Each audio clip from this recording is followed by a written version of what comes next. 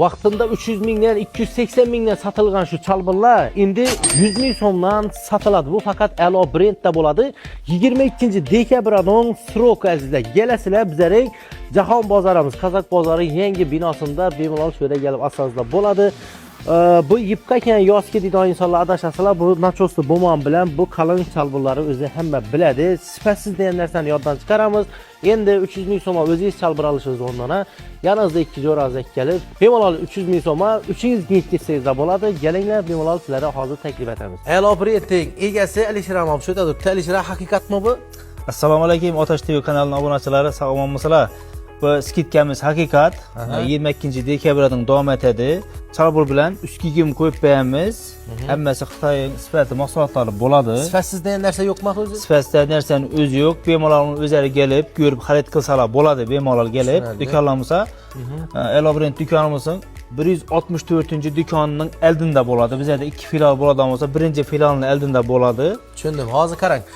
Bularning o'zi soni cheklanganmi chalburlari? Soni albatta cheklangan. Soni shu maksimalni 300 dona bor. Üst kiyimlarimizdan ham yana bor. Shunda ko'rib turganlaringiz sifatlarni bemalol o'zingiz ko'rsatib ham beramiz. Kelib ko'rib olsangizlar ham bo'ladi do'stlar. Nasib etsa. Endi qarang.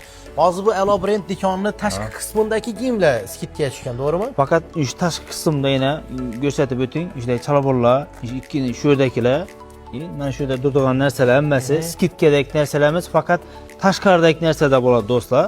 İchkaridagi narsalarimizdan sifat narsaga ko'rib, holada o'ydan kirib olishlari mumkin, lekin skidka 100 ming so'mlik skidkalarimiz faqat tashqarida bo'ladi. Shu 164-Elo brend do'konlarimizda.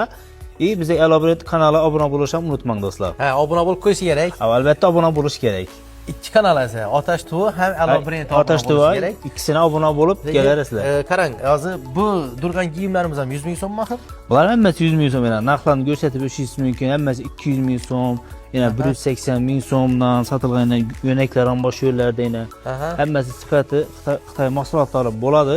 Hammasi 100 ming so'm. Shunday ko'rib turganlaringiz hammasi 100 ming so'm. Razmeri to'g'ri kelsa, kelib ko'rib kiyib olishingiz mumkin. Bu yerda narsalarni ham ko'rsatib o'ting. Qarang, endi hozir siz aytib tursiz 22 dekabrdan deb. Bugun juma kuni videorolik qo'yilgan bo'lsa, ertang 6-kun bozor kuni ham bozor ishidi. Birinchi kun 22 dekabr ekan. Birinchi kun ham siz klientlar uchun turib berib bilasiz, xudo xolasa.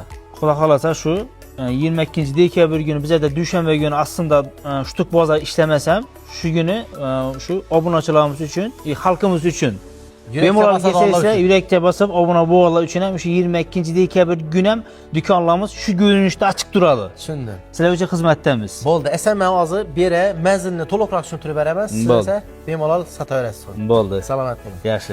Manzilni sodda qilib tushuntiraman. O'zlarimizni Tashkent stenkadan kirib keladigan darvozadan girsangizdan o'ng qo'ldan 5-navesa girasizlar. Shuda Elo brend turibdi. Agar bu ro'paradan kelsangizlar, zapchast bozori, avtomobil jihozlari sotiladigan zapchast bozordan kelasizlar, shuda joylashganingizda. Yetmaganini ekranda telefon nomeri bor.